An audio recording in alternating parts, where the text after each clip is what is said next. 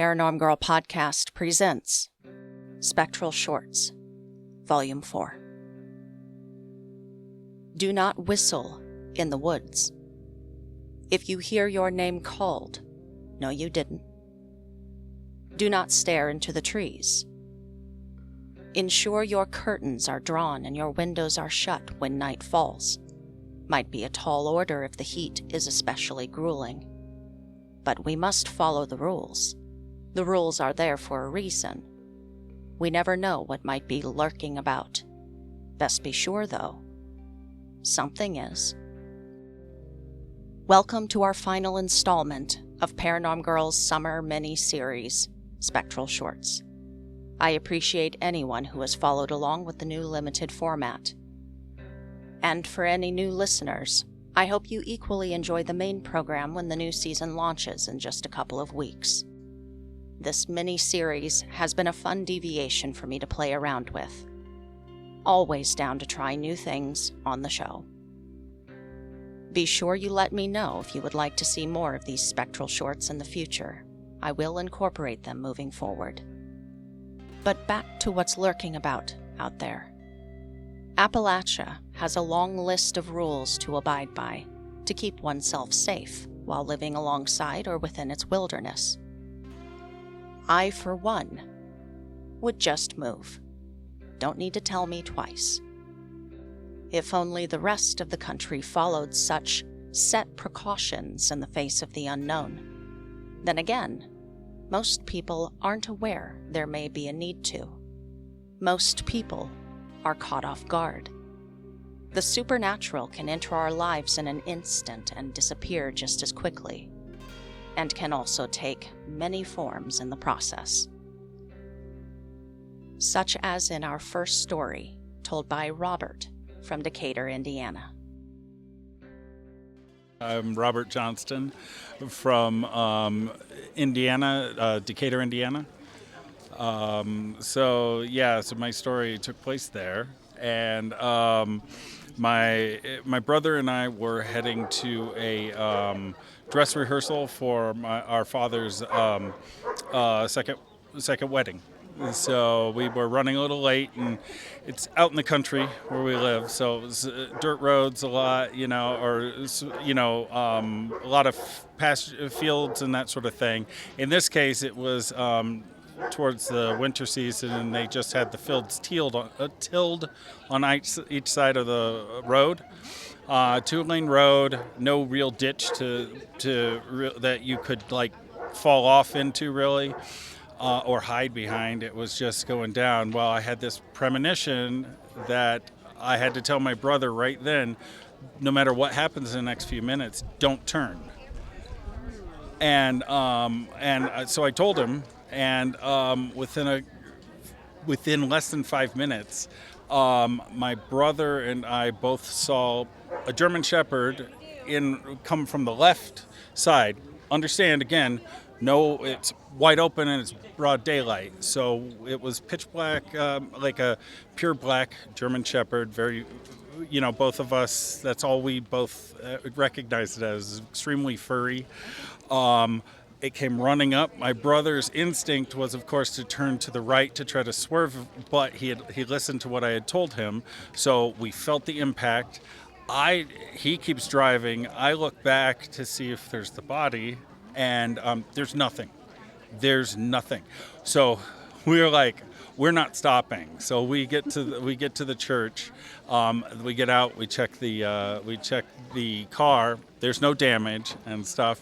And I asked my brother. I said, what was your instinct? And he goes, I was going to swerve to the right. But I remembered what you said. And I said, had you done that, I'd have hit a telephone pole because you'd have went right into it and it would have hit right where I was sitting.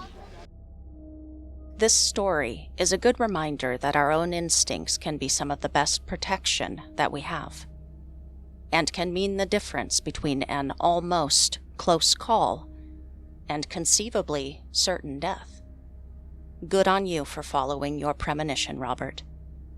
I'm so glad you were still here to tell of your encounter with what, by all appearances, seems to be a black dog encounter. The black dog, as a paranormal phenomenon, has history and numerous iterations. But a common aspect, in a mystical sense, is its connection to death, with many people reporting the vision just prior to their own. I spoke with Robert following our recording, and I asked him what he thought it was he and his brother saw that night. He wasn't exactly sure, but he surmised it could have been demonic in nature. We must always be careful when considering a possible, actual, living animal when it comes to superstition. But then, there was no evidence whatsoever following the encounter that anything was there to begin with. Whatever it was, you know what I find to be the creepiest part of his tale? Did you hear the dog barking in the background? Sounded big. I do not recall hearing it at the time of our recording.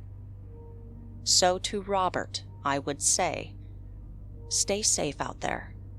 I hope you continue to follow your instincts, and that they continue to keep you from harm's way. And congratulations on winning the Storyteller raffle. I hope you've gotten a lot of use out of the hat. Our next and final entry brings a smile to my face every time I re-listen to it. It's not that his experiences are not exceptionally spooky or mysterious, but in short, he has such stage presence. In fact, you may recognize him from one of the most popular episodes of Unsolved Mysteries, or the comedy world as a longtime comedian, or the numerous appearances in film and television. Attending the Paracon as another member of the Bisbee Ghost App team, please welcome to the show our final storyteller, Joey Gaynor. Yes, Joey Gaynor, comedian, actor, and I'm also selling Amway for those of you who want to make a lot of money fast and then leave your family. So, yes, what would you like? Which ghost story that's happened to me would you like to hear? God almighty. Oh boy, how much time do you have? Because I'm thoroughly enjoying this already. About, I don't know, I got a day. How many days are we hanging around here? You know, the ghost story that at the Comedy Store, I had a lot of encounters. The one that was most notable was, and on Unsolved Mysteries, we reenacted it. I was shutting off the lights one night, and it was about 2:30, 2:45 in the morning, and I went into the main room, which is the big room, seats about 400 people at the Comedy Store. And I went in because the breaker lights to shut off all the outside lights was on the wall right behind the curtain. So all you had to do was reach behind the curtain and hit the switches. So I walk into the main room and I go up onto the stage, reach behind the curtains, hit the switches. That took all of about 5 seconds. I turned around and all of the chairs, majority of the chairs were stacked to the ceiling. And it happened to other people too. But I remember when that happened, I couldn't get out of there fast enough. And no, really. And yeah, no, it was quite. And another night, Blake Clark, comedian and friend of mine, he's been in a lot of Adam Sandler films and everything. We were reenacting our endeavors there, and we were down in the basement, and Blake's a Vietnam veteran, and we're down in the basement, and Blake says, because we heard that things happened in the basement, allegedly at the Comedy Store, which was Ciro's in the 30s and 40s. The owner, Frank Settis, had a retired nurse on staff in the basement with a certain room set up, because if a mobster or celebrity got one of the dance girls, the showgirls, in trouble, they could rectify it down there. So apparently that's what was going on. So anyway, I'm there. Blake and I one night are down in the basement, and we're just like, who are you? What do you want? What do you want? And there's name plaques with comedians' names on them that they use at the store and down in the La Jolla store. They put them. They could switch the name plaques on the sign, and his name plaque a plaque lifted up, fell on the floor face down. He picked it up. It was him. It was his name. And then he saw something very dark rise up out of the floor and it just got bigger and darker. And I put my hands out, palms out, and they got fire hot. And we ran out of there. And that's just some of the stuff that's happened at the Comedy Store. And the thing that a few years later, one of the things that happened to me personally was when my mom was dying of cancer on Sunday, the day before she died. We were sitting in the living room because she was in hospice, and my brother was in the kitchen. And all of a sudden, my mom, God bless her, who hadn't spoken Italian in years, looks up and starts speaking in Italian to somebody in the room. I can't see anybody. And she turns to me and says, "Don't you say hello to your grandmother? What's the matter with you? Your grandmother's here and you can't." And she says something to my grandmother like, "This guy's stunade." My grandmother died 8 years before I was ever born. So I said, "No problem, Ma. Yeah, hi, Grandma," and I go along with it. And then my mom is like trying to open something. It's like pantomiming opening something. And she goes, "Open this purse. I can't get the zipper to open." And there's nothing there, but I pantomime opening the purse. Okay, maybe she's hallucinating. And she takes it and she's like reaching in and she says, and this is all in Italian, but she reaches out and she goes, "Okay, here you go. You can go now. It's all good. You got that. All right, I'll see you." And she goes, "Say goodbye to your grandmother. What's the matter with you?" And I went, "Oh, okay, Grandma. Ciao, Bella," So that happens. And she takes this invisible bag or whatever it is and puts it next to her. Now, my mom passed away the next day.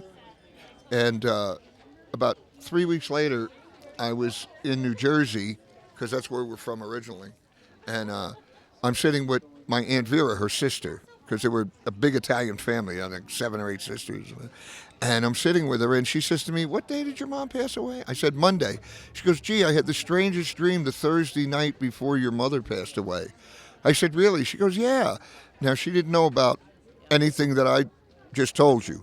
And she said, "Yeah, I dreamt I was walking down Colden Street," which is a street in Newark, New Jersey, where we all, even when I was a little kid, I lived on that when I was a baby. And she said, "I saw your grandmother, my mother," and I said, "Where you going, Ma?" She says, "I got to go see Helen and get the money." And I said to her in the dream, "She doesn't have any money." And your grandmother said, "Oofa," and waved me off and went, "You don't know, you don't understand. I got to go. And I woke up. And then I told her, I said, "You had that dream on a Thursday?" She goes, "Yeah." And then I told her what happened on a Sunday. And we both sat there like an old E.F. Hutton commercial with our jaws open. Because, see, things like that are not coincidental. Things like that, they don't happen. It's not figments of our imagination or whatever. It's real. And it's there's another world there, man. You could say there ain't. And, you really don't know. We don't know exactly. I mean, we all believe in a heaven or a hell, whatever, but we don't really know. But, look, my father died when I was 8, and I'd walk through the living room. We had one of those old doors with the 3 square windows in it. You remember those? Yeah. And sometimes I'd walk by, and out of the corner of my eye, I'd see him looking through the window. And then years later, I'm talking to my niece, and she was a little kid when she'd come, and she said to me, because this was, again, back east. This was 1995 when I was back there. When my mom passed away, we went back because we buried her there. And my niece says to me, "Hey, who was the old man that used to look through the window when I was a little kid? I'd see this man with the glasses looking through the window." And I sat back and went, "Oh, my God, you saw it too? That was your grandfather." So it's you can't, the other thing I'll leave you with, it's like in Italian culture, there's a thing called the eyes. It's a prayer. And if you have a bad headache, you call your aunt or whoever does that prayer, they absorb the headache. And then they call you back and say, "Okay, go wash your face. Your headache's gone," but they're miserable for a couple hours. And I saw my Aunt Rose do that on the phone. She'd be talking to somebody and go, "Okay, go wash your face. I got to go lay down now." And she'd go lay down and she'd have a splitting headache after she was, and all of this stuff is real. You can't, regardless. But anyway, I thought I'd share with you. We are on the Paranormal Girl. Don't forget to tune in every weekday, Monday through Friday, 24 hours a day. You can get the Paranormal Girl. And this is Joey Gaynor. I'll be signing pictures over there if anybody has $10. All right. Thank you. The belly room every Sunday. That's right. Live in the Belly Room every Sunday night for the next 27 years. What incredible stories. What an incredible storyteller. Joey, I 100% agree with you that there are just some things that cannot simply be coincidence. It's experiences like yours and many of the voices over the course of the summer series. And speaking from personal experience, there's a tipping point where an occurrence goes beyond the scope of chance and coincidence. When this happens, this in itself is considerable proof. I'd like to mention also, as a kid, I remember watching your episode on Unsolved Mysteries. If folks listening have never seen it, it's from Season 8, Episode 12. It can still be found online in its entirety, and I can't recommend enough that people promptly find and watch it. It's especially spooky. I lived in Hollywood for a decade and ventured down to the Comedy Store myself more times than I can count. With as much history as flows through the veins of the entire area, this location is rife with ghosts. And it's clear to see the Comedy Store's entities are more than the result of mere coincidence and imagination when you consider the hundreds of other encounters reported here over the decades. I would like to thank all of you for joining me for this limited series. Be on the lookout in just under 2 weeks for the Season 7 premiere and intro to the new topic, Ghosts and Hauntings, airing on all platforms September 3rd. Also be sure to catch the latest Beer, Booze, and Boogeymen livestream on September 7th. Links to view the episode and call into the show can be found in the show notes.